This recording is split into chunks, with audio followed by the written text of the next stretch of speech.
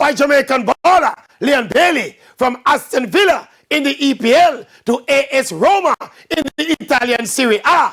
Kind of disappointing in a sense. After all, it's Jamaica's premier star baller basically stepping down in class from the top league in world football to one of the slightly lesser leagues in Europe.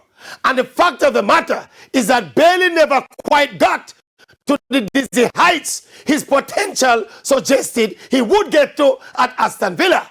Whenever he hit that brilliant streak, he would be derailed by injury. So while he was brilliant when he was good, those good times never came consistently enough. When saying this and saying that, though, AS Roma is still a big European club.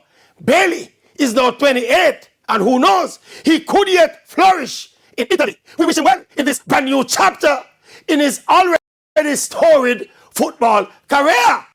And for Jamaica and for Roma, we hope that no more is there.